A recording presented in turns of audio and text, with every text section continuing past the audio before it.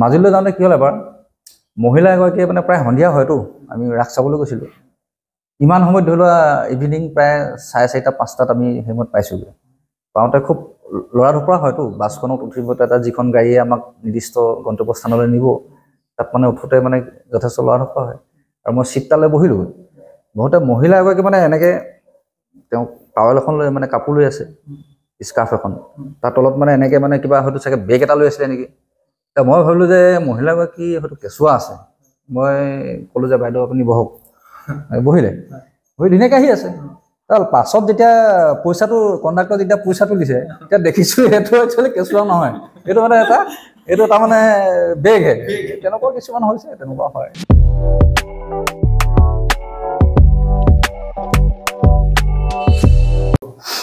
নমস্কাৰ মই সাজিদ হুছেইনে সকলোকে স্বাগতম জনাইছোঁ আমাৰ এই অনুষ্ঠানলৈ আজি মোৰ সৈতে কোন উপস্থিত আছে আপোনালোকে নিশ্চয় দেখিছে আজি মোৰ লগত আছে তিতাবৰ বৰহলা ঐতিহ্যমণ্ডিত বৰহলা মহাবিদ্যালয়ৰ অধ্যাপক আমাৰ সকলোৱে মৰম আমাৰ সকলোৱে শ্ৰদ্ধা অমল সুনন্দা দাদা আমাৰ নমস্কাৰ স্বাগতম জনাইছোঁ ছাৰ আজি আমি এই কথোপকথন যোনটো আমাৰ অনুষ্ঠানটো আমি আপোনালোক আজি আৰম্ভ কৰিম আমি প্ৰতি সপ্তাহত তিতাবৰ সমাজ জীৱনৰ লগত জড়িত বিভিন্ন ব্যক্তিৰ লগত আমি বাৰ্তালাপ কৰোঁ জীৱনৰ সুখ দুখ আমি ঘাত প্ৰতিঘাত জীৱনৰ সংগ্ৰামৰ কথা আমি আলোচনা কৰোঁ আজি ছাৰ আপুনি আমাক এইখন সময় দিয়াৰ বাবে বহুত বহুত ধন্যবাদ আমিও আদৰণি জনাইছোঁ ইয়ালৈ আহি পেলাই মোৰ যিটো কথোপকথন আপোনাৰ নতুনকৈ আপুনি এটা অনুষ্ঠান আৰম্ভ কৰিছে আৰু আমাক সহযোগী হিচাপে লোৱাৰ কাৰণে আমাৰ ফালৰ পৰা ধন্যবাদ জনাইছোঁ ছাৰ আপোনাৰ প্ৰথম আৰম্ভ কৰোঁ আমি প্ৰথম ছাৰ আপোনাৰ জীৱনৰ আপুনি আদিপাঠ আপুনি শিক্ষা জীৱনৰ পাতনি আপুনি ক'ত আৰম্ভ কৰিছিল মোৰ প্ৰাথমিক শিক্ষা আৰম্ভ কৰিছিলোঁ মোৰ একেবাৰে গাঁৱৰ মোৰ ঘৰৰ কাষতে থকা মই প্ৰাথমিক বিদ্যালয়ৰ পৰা ইকৰণী কেকে হাইস্কুল বুলি কয় তাতে মই হাইস্কুলীয়া শিক্ষা শেষ কৰিছোঁ জন্ম তাতে ইকৰণী বৰাবাৰী বুলি কয় আমাৰ গাঁওখন আমাৰ এখন সোণাল কছাৰী গাঁও আৰু পঞ্চায়তটো আমাৰ ইকৰণী কিন্তু আমি অফিচিয়েলি আমি ইকৰণী বৰাবাৰী গাঁও বুলি কোৱা হয় তাৰমানে বস্তু তাৰপিছত মই হায়াৰ ছেকেণ্ডেৰীটো বৰহলা হায়াৰ ছেকেণ্ডেৰীৰ পৰা হায়াৰ ছেকেণ্ডেৰী পাছ কৰোঁ তাৰপিছত এইটো 2000 চনত 2003 চনত মই NN শইকীয়া কলেজৰ পৰা ইংৰাজী সাহিত্যত অনাৰ্ছ হিচাপে লৈ পেলাই মই পাছ কৰি মানে তাৰ পৰা BA ডিগ্ৰীটো লওঁ তাৰপিছত 2000 অনাৰ্ছ মোৰ ইংলিছত হয় NN শইকীয়া কলেজ তিতাবৰ তাৰপিছত মোৰ বিশ্ববিদ্যালয় হৈছে ডিব্ৰুগড় বিশ্ববিদ্যালয় তাত 2003 পৰা 2005 চনলৈকে মাষ্টাৰ ডিগ্ৰী কৰি এতিয়া বৰ্তমান এই মহাবিদ্যালয় কৰ্মৰত আছোঁ আপুনি যেতি ডিব্ৰুগড় ইউনিভাৰ্চিটিৰ ছাত্ৰ বুলি আপোনাক ক'লে ডিব্ৰুগড় ইউনিভাৰ্চিটি আপুনি হোষ্টেলত আছিল হোষ্টেলত নাই মই সেই প্ৰাইভেট হোষ্টেলত আছিলোঁ হয় নে হোষ্টেলৰ অভিজ্ঞতা তিতা মিঠা কাহিনী কিবা অভিজ্ঞতা হোষ্টেল বুলি ক'লেই আৰু ষ্টুডেণ্ট লাইফৰ হোষ্টেল বুলি ক'লে ভাল লাগে বহুতো তাত আমাৰ তিতা মিঠা বহুতো আমাৰ এক্সপিৰিয়েঞ্চ হৈছে তাত ভাল লাগে এখন বেলেগ পৃথিৱী আৰু সেই হোষ্টেলৰ পৰা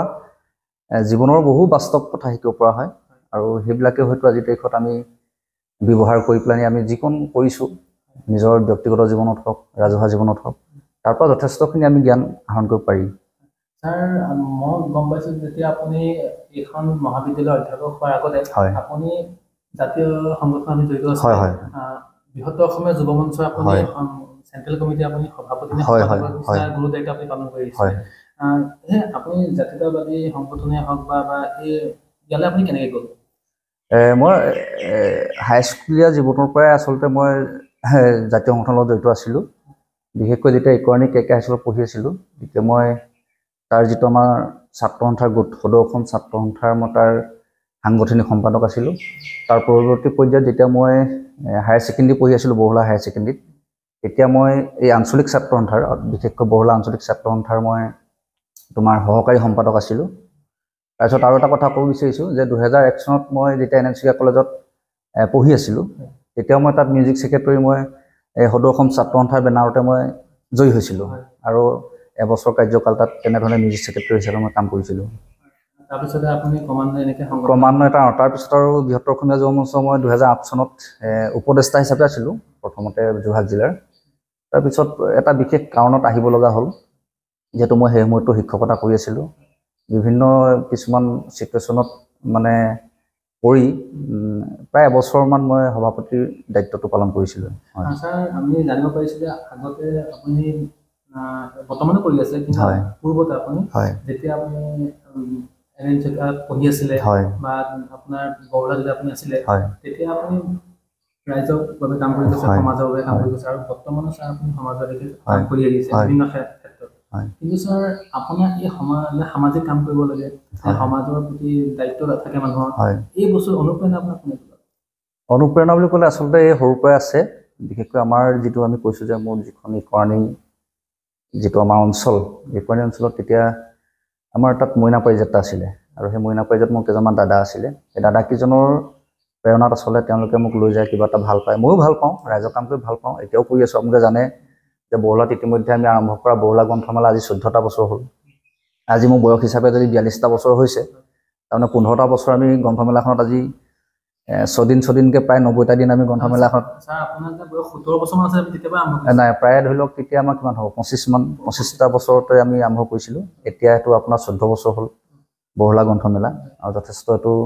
আজিৰ তাৰিখত সেই বৰলা গ্ৰন্থমেলা যথেষ্ট মানে প্ৰভাৱ বিস্তাৰ কৰিছে বুলি আমি অনুভৱ কৰোঁ। ৰাইজে আদৰি লৈছে। আৰু এটা কথা জানাই চাগে, বস্তুটো মই বৰলা আঞ্চলিকৰ মানে দবা সন্থাৰো মই ছেক্ৰেটেৰী হয়, ফাউণ্ডাৰ ছেক্ৰেটেৰী। আৰু আমাৰ ইয়াত যিখন আমাৰ বৰলা আঞ্চলিক ক্ৰীড়া সন্থা যিটো, তাৰ আঞ্চলিক ক্ৰীড়া সন্থাৰ মই ছেক্ৰেটেৰী,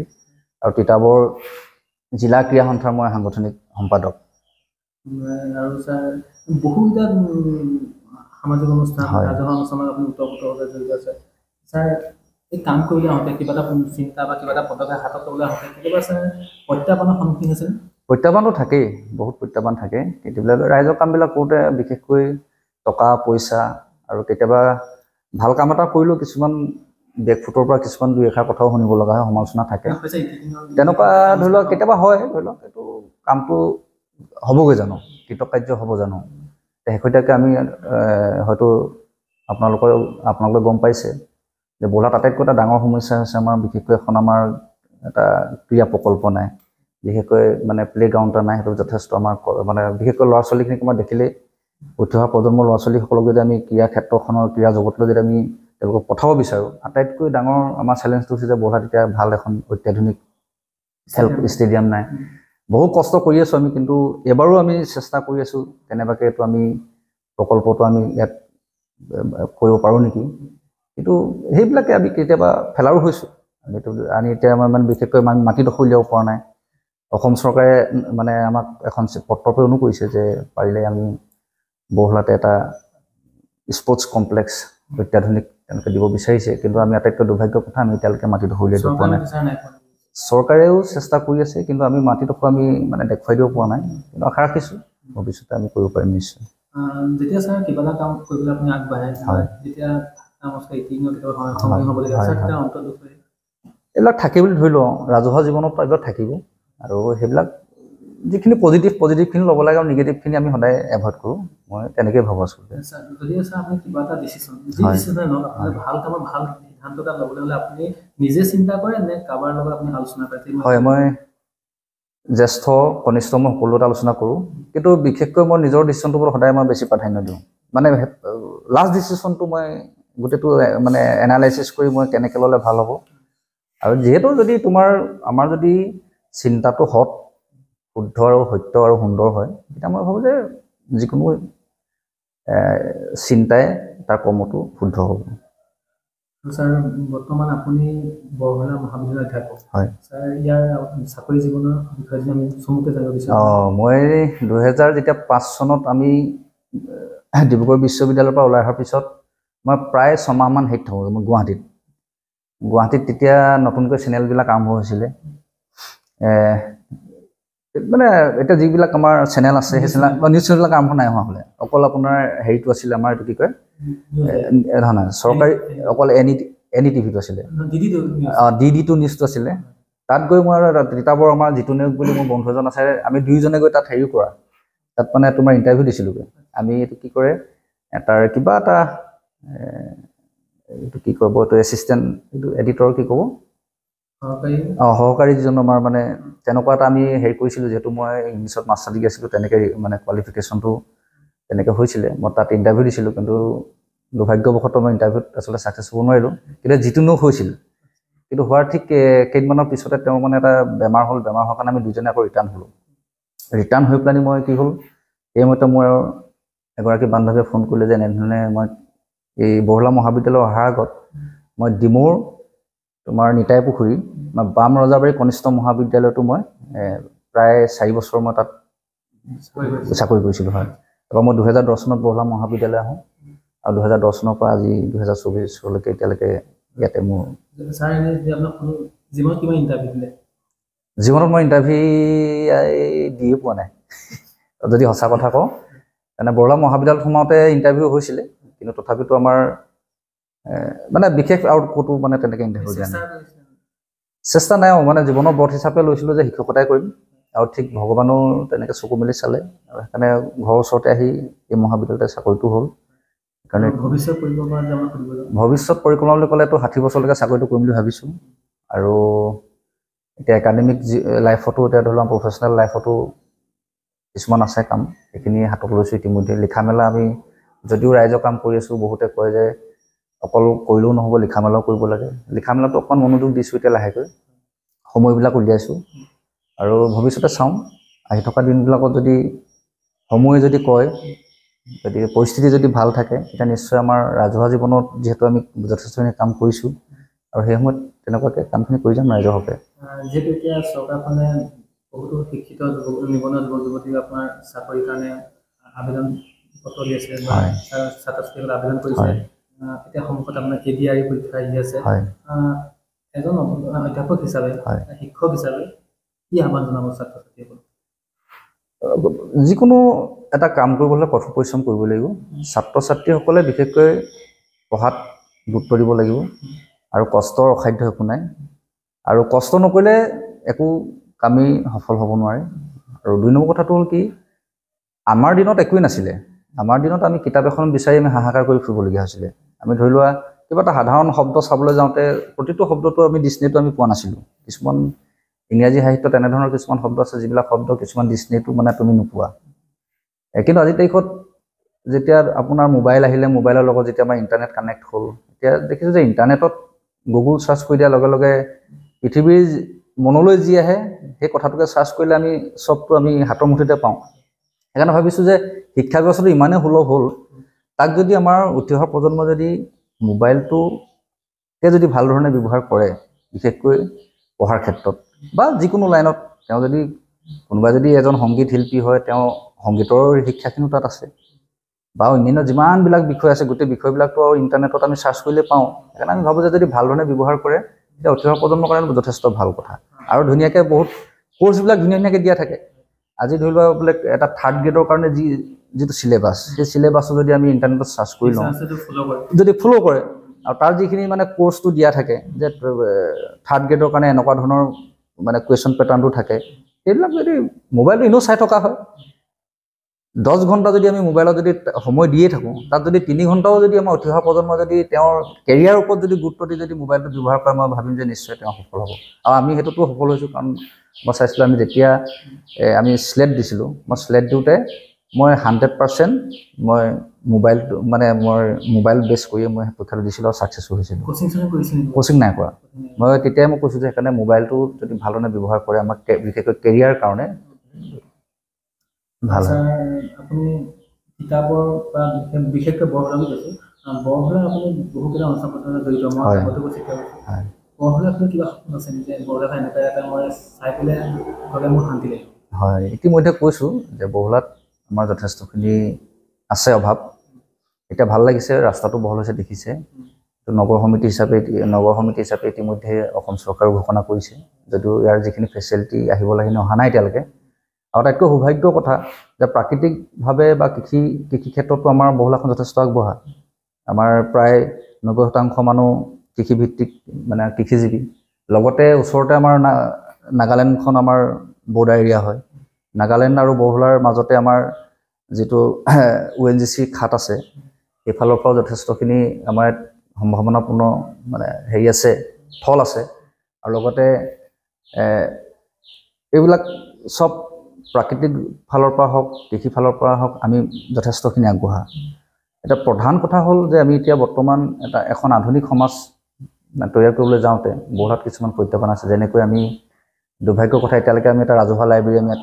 প্ৰতিষ্ঠা কৰি পোৱা নাই কিন্তু বহলা গ্ৰন্থমেলাৰ যোগেদি আমি এটা আমাৰ কল্পনা আছে যে বহলাত আমি এটা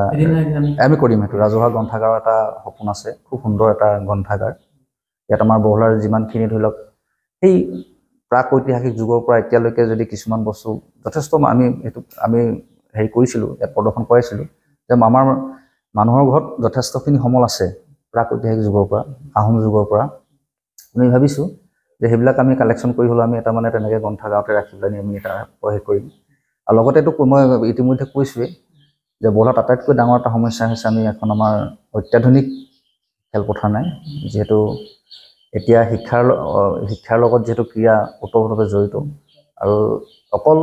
খেলুৱৈ বুলিয়ে নহয় যে সুস্বাস্থ্যৰ কাৰণেও আমি ভালকৈ খোজ কাঢ়িবলৈ হ'লেও বা ব্যায়াম এটা কৰিবলৈ হ'লেও আমাক খেলপথাৰখন প্ৰয়োজন আমি সেইকাৰণে আশা ৰাখিছোঁ যে এইকেইটা যদি হৈ যায় আমাৰো ভাল লাগিব আৰু যদি কৰিব নোৱাৰে তাত দুখ থাকি যাব এনে আপোনাৰ পুৰণি কিবা অতীতৰ কিবা কথা মনত পৰে যোনটো কথাই মানে আপোনাৰ আজি মানে নিজকে হাঁহি যোগায় আছে অতীতৰ এইবিলাক তেনেকৈ ক'বলৈ গ'লেতো ধেৰ থাকে কিন্তু এতিয়া কেনেকুৱা ধৰণৰ কথাটো ক'ব লাগিব তেনেকুৱা মই কাহিনী লিখিছোঁ মই এবাৰ এই বহলাৰ পৰা যেতিয়া ডিব্ৰুগড় বিশ্ববিদ্যালয়লৈ আমি যাওঁ তেতিয়া তাত বহুত পৰিঘটনা ঘটে কেতিয়াবা তেনেকৈ এটা মোৰ ঘটনা ঘটিছিলে মই অলপ সাহিত্যৰ ৰহণ দি পেলাই মই এটা কাহিনী মই লিখিছোঁ ইতিমধ্যে আমাৰ প্ৰকাশ পাইছে বহলা আমাৰ কলেজৰ মেগাজিনত যে কেতিয়াবা কি হয় আমাৰ সহযাত্ৰীবিলাক আমি ওচৰা ওচৰিকৈ বহোঁ মাতবোল নহয় মানে ঢেৰ সমস্যা কোনোবাই ধৰি লওক অকণমান কিবা এটা হ'লেও এনেকৈ আঁতৰি দিয়ে তেনেকুৱা ধৰণৰ কিন্তু এদিন মানে কি হ'ল আমি তেনেকুৱা ধৰণৰ বহুত আছে কিন্তু মই সেই এটা ঘটনাই মই বহুৱাই থৈ গ'ল যে বস্তু কি তেনেকৈ মই ডিমোতে এগৰাকী অলপ বয়সস্থ মানে তেওঁ উঠিলে ময়ো ডিব্ৰুগড় বিশ্ববিদ্যালয়ৰ পৰা মই ঘৰলৈ যোৰহাটলৈ আহি আছোঁ মানুহগৰাকীয়ে বহিছে অলপ ষ্টেণ্ডাৰ্ডো মানে কিতাপ এখন পঢ়ি আহিছে ধুনীয়াকৈ আৰু মই সেইফালে বহি আছোঁ মই খিৰিকীৰ কাষত সেইদিনাখন তাৰপিছত অলপ দূৰ অহাৰ পিছতে তোমাৰ খুব নেৰানেপেৰা বৰষুণ দিছে আগতে বাছবিলাক কথা জানাই ঘৰলৈ আহি আছোঁ বাছৰ মানে তোমাৰ বাছবিলাক বৰ ভাল কণ্ডিশ্যনো নাছিলে আগতে বলালৈকে মই দুখন হয় আমাৰ ডিব্ৰুগড়ৰ পৰা ডাইৰেক্ট যোৰহাট আৰু যোৰহাটৰ পৰা ডাইৰেক্ট বহলা হওঁ আৰু কেতিয়াবা যদি আমাৰ হেৰি হয় কেতিয়াবা কিন্তু এনেকুৱাও হৈছে যে মই তিতাবৰ পৰা আকৌ মই বহলাৰ পৰা মানুহ মাতি মই তিতাব আহিব লগা হয় কেতিয়াবা তেনেকুৱা হেৰিত আছিলে যেতিয়া কলেজত পঢ়ি আছিলোঁ NN চুকীয়া কলেজত যেতিয়া পঢ়ি আছিলোঁ এনেই তাত ভাড়াঘৰত আছিলোঁ মই কিন্তু কেতিয়াবা যেতিয়া আহিবলগীয়া হয় আমাৰ এই ৰাস্তাটোত তেতিয়া মানে খুব ফুল হয় মানে প্ৰায়ে থিয় হৈ আহিবলগীয়া হয় কিন্তু ডিব্ৰুগড়লৈ যাওঁতে ইমান তেনেকুৱা ধৰণৰ হেৰি নাছিলে সেই কথাটো ক'লোঁ যে বস্তু যেতিয়া সেই মহিলাগৰাকীয়ে কিতাপ এখন পঢ়ি আহি আছে বৰষুণ পূৰা দিছে বৰষুণৰ খিৰিকীয়েদি পানী পূৰা পৰিছে মোৰ গাত টপ টপকৈ পৰি আছে এতিয়া মহিলাগৰাকীটো মাতবোল হোৱা নাই মই চাইছোঁ যে মোৰ সেইদিনা ৰুমালো নাই এতিয়া মহিলাগৰাকীয়ে কি কৰিলে নিজৰ টাৱেলখন দি পেলাই মোক ইয়াত দি দিছে তাৰপৰা আকৌ পঢ়ি আছে তাৰপিছত লাষ্টলৈকে এনেকৈ আহি তাৰপিছত যোৰহাটৰ ওচৰ পাইছোঁ এতিয়াতো নামিব গম পাইছোঁ আৰু পঢ়ি আহিছে বা ৰিচাৰ্চ মই পাছত চাইছোঁ তেওঁ ৰিচাৰ্চ মেথডলজি পঢ়ি আহিছে এতিয়া মই অনুমান কৰিছোঁ যে খুব মষ্ট প্ৰবেবলি বাইদেউ চাগে BEd কৰি আছে খুব পৰীক্ষা আছে চাগে তাৰপৰা হ'লেও মই লাষ্টত সুধিলোঁ একেবাৰে নামিব সময়ত যে বাইদেউ আপুনি ক'ত যাব কিবা এক্সাম আছে নেকি তেতিয়া ক'লে মোৰ এক্সাম আছে সিমানেই আৰু তাৰপৰা টাৱেলখন দিলোঁ আৰু ধন্যবাদ কৰি গুচি আহিলোঁ এনেকুৱা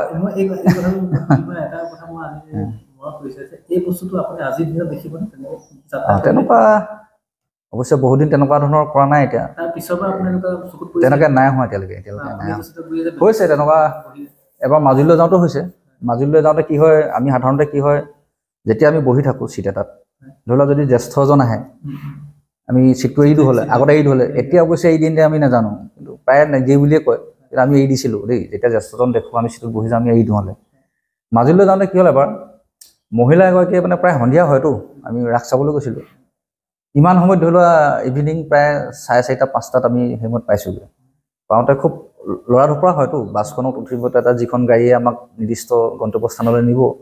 তাত মানে উঠোঁতে মানে যথেষ্ট লৰা ধপৰা হয় আৰু মই চিটটালৈ বহিলোঁ বহুতে মহিলা এগৰাকী মানে এনেকৈ তেওঁ টাৱেল এখন লৈ মানে কাপোৰ লৈ আছে স্কাৰ্ফ এখন তাৰ তলত মানে এনেকৈ মানে কিবা হয়তো চাগে বেগ এটা লৈ আছিলে নেকি মই ভাবিলোঁ যে মহিলাগৰাকী হয়তো কেঁচুৱা আছে মই ক'লো যে বাইদেউ আপুনি বহক বহিলে বহি ধুনীয়াকৈ আহি আছে তাৰ পাছত যেতিয়া পইচাটো কণ্ডাক্টৰ যেতিয়া পইচাটো দিছে তেতিয়া দেখিছোঁ এইটো একচুৱেলি কেঁচুৱা নহয় এইটো মানে এইটো তাৰমানে বেগহে তেনেকুৱা কিছুমান হৈছে তেনেকুৱাও হয় বা যিয়ে নহওক মানে মহিলা হিচাপে ধৰি লওক চিটটো লৈছে আমাৰ তেতিয়া একো নাই মহিলাক আমি নিজৰ আসনখন এৰি দিব লাগিব এৰি দিব না দিওঁ আমি তেতিয়া আমি কিন্তু যাওঁতে জ্যেষ্ঠ দেখিলে আমি প্ৰায় এৰি দিছিলোঁ আৰু যদি আছা আপোনাৰ বৰ্তমান ঘৰত কোন আছে ঘৰত মোৰ আছে মা আছে মোৰ পত্নী মোৰ এজনী ছোৱালী আৰু ল'ৰা আৰু দাদা এজন আছে আৰু বাইদেউ আছে বাইদেউ ইতিমধ্যে বিয়া হৈছে পৰিয়াল ঠিকে আছে পৰিয়াল ঠিক আছে ঠিক আছে যদি অমৰচন্দ্ৰ হিচাপে আপুনি গান ভাল পায় গান ভাল পাওঁ মই গান শুনি ভাল মানে গান মই প্ৰথম তবলা শিকিছিলোঁ তবলা মোৰ গুৰু পলাশ হাজৰিকা আছিলে মই 98ত শিকিছিলোঁ যেতিয়া মই মেট্ৰিক পাছ কৰিছিলোঁ মেট্ৰিক পাছ কৰাৰ পিছত মই তবলা শিকিছিলোঁ প্ৰায় 2001 চনলৈকে মই তবলা শিকিলোঁ কিন্তু যেতিয়া মই পঢ়িবলৈ কিতাপলৈ যেতিয়া ওলাই গ'লোঁ তেতিয়া সেইটো সময়ত আমাৰ মানে কমিউনিকেশ্যনটো বহুত বেয়া আছিলে আৰু ধৰি লওক আৰ্থিকো কথা থাকে মোৰ ঘৰো এনেকুৱা এটা অৱস্থাত নাছিলে যে মই আকৌ কিতাপৰ পৰা আহি পেলাই ইয়াত শিকিম আকৌ তালৈ যাম সেইকাৰণে মানে কি মোৰ বস্তু সেই তবলা শিকাত আধাখৰীয়া হ'ল আৰু মই গীটাৰো শিকিছিলোঁ গীটাৰ কিতাপৰ আমাৰ যিজন আমাৰ বিনোদ শইকীয়া এতিয়া বৰ্তমান তেওঁ শিক্ষক বিনোদ বৰা সেই বিনোদ বৰাৰ ওচৰত মই গীটাৰ শিকিছিলোঁ তাৰপৰা ঘৰতে সময়ত হাৰমনিয়াম আছিলে মই হাৰমনিয়ামো বজাইছিলোঁ সেইখিনি আছে সেইখিনি থকাৰ কাৰণেই মই হয়তো NNCA কলেজত মই মিউজিক ছেক্ৰেটাৰী হৈছিলোঁ আৰু তাত গানো গীত গাইছিলোঁ এতিয়া পাৰোঁ মই এতিয়া মই সংগত কৰিব পাৰোঁ তবলা গীটাৰ হওক হাৰমনিয়াম হওক কেতিয়াবা যদি কোনো নাথাকে আৰু বোলে এইটো চলাই দিব লাগে তেতিয়া চলাই দিব পৰাকৈ সামৰ্থ্যটো আছে সংগীতত আছে নাটকো কৰিছিলোঁ নাটক সেই সময়ত মানে কলেজত থাকোঁতে বা ইউনিভাৰ্চিটিত থাকোঁতেও নাটক কৰিছিলোঁ গান শুনো একেবাৰে খোলাখুলিয়ে ক'বলৈ গ'লে মই জুবিনৰ গান শুনি ভাল পাওঁ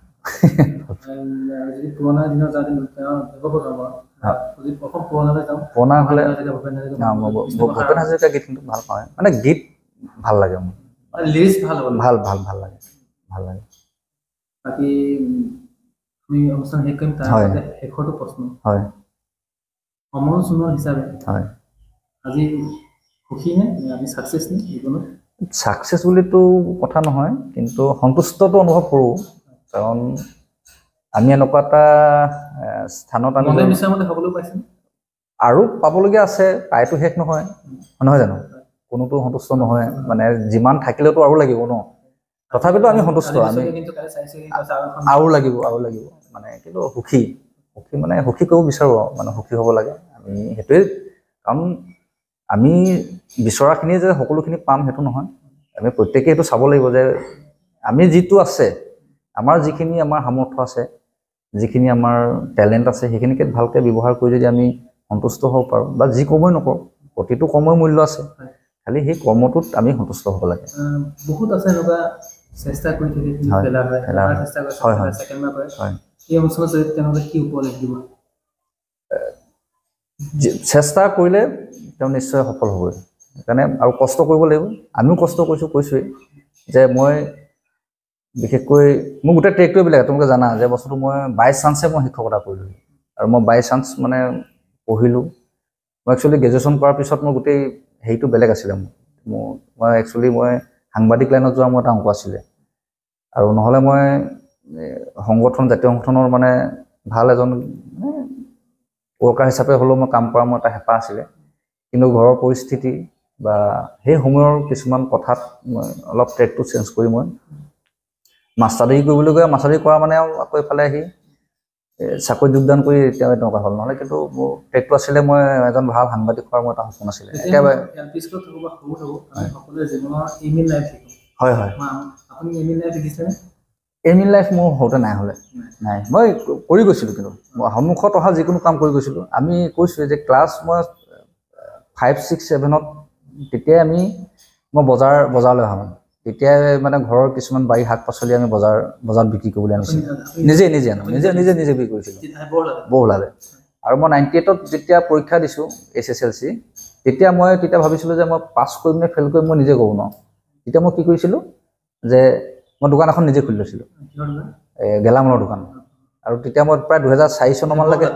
বহলাত নহয়, মোৰ একেবাৰে ঘৰত। এতিয়া 2004 চনলৈকে মই তেনে গেলামালৰ দোকানে খুলিলোঁ। কিন্তু যেতিয়া পৰীক্ষাটো অলপ ভাল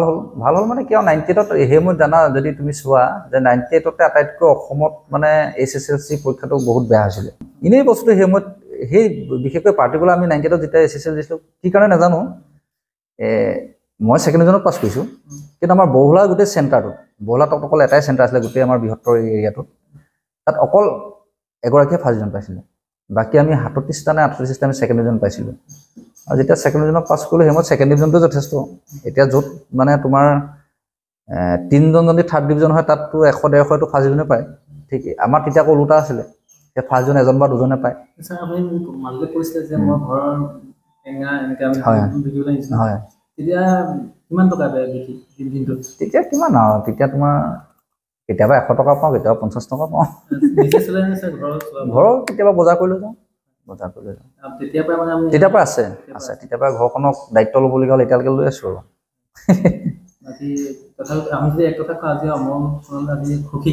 আমি সুখী আৰু মানে কৰি আহিছোঁ যিমানখিনি কাম কৰিব লাগে। আমি এতিয়া গাঁৱৰ ল'ৰাবিলাকো কওঁ যে আমি এনেকৈ কৰিছিলোঁ আগতে, আৰু চব কৰিব লাগিব। যিখিনি মানে তোমাৰ মানে প্ৰতিটো পৰিয়ালৰ সমস্যা থাকে ন, লাগিলে তেওঁ ধনী হওক দুখীয়া হওক, চবেতো এটা ষ্ট্ৰাগল কৰি থাকিবলগীয়া হয়। কাৰণ তুমি মানে খালি চবৰে ষ্টেণ্ডাৰ্ডটো বেলেগ, কিন্তু ষ্ট্ৰাগলটো চবেই কৰিব লাগিব। ধনীজনেও কৰিব লাগিব, তেওঁ ধনী হৈ থাকিবৰ কাৰণে ধনী হিচাপে তেওঁ ষ্ট্ৰাগল কৰিব লাগিব, আৰু ধনী হ'বলৈ, বা তেওঁ সেই গোটেই ষ্টেটাছটো মেইনটেইন কৰিবৰ কাৰণেতো তেওঁ ষ্ট্ৰাগল কৰিব লাগিব। ঠিক তেনেকৈ বা তাতকৈ 1 লাখ টকা ঘড়ীটো পিন্ধিব পাৰে, তেনেকৈতো ষ্ট্ৰাগলটো চবেই থাকিব। মই সেইকাৰণে কওঁ যে ষ্ট্ৰাগলটো কৰিয়ে থাকিব লাগিব। আমি এতিয়া আমি ইয়াত আছোঁ, এতিয়া আমাক কয় যে তোমালোকে ভাল চাকৰি এটা কৰা, বহুত দৰমহা পায়, সেইটো নহয় আচলতে। আমাৰতো আৰু সমস্যা আছে, এতিয়া আমাৰোতো সমস্যা আছে, আমি এতিয়াও ষ্ট্ৰাগল কৰি আছোঁ যে মোৰ আৰু কিছুমান কৰিবলগীয়া আছে। আমি ভাবোঁ যে আমাৰ চাৰ্কুলাৰ তাৰমানে শেষ পৰ্যন্ত আমি কাম কৰি যাব লাগিব। বহুত বহুত ধন্যবাদ আপুনি আমাৰ মূল্যৱান সময় আমাক দিয়াৰ বাবে। বাকী দৰ্শকসকল, এয়া আছিল সকলোৱে মৰমৰ শ্ৰদ্ধাৰ বৰহলা মহাবিদ্যালয়ৰ অধ্যাপক কমল সোণোৱাল দা। যদি ভিডিঅ'টো চাই ভাল পালে, লাইক আৰু শ্বেয়াৰ কৰি নাপাহৰিব। আমি ধন্যবাদ জনাইছোঁ। ধন্যবাদ।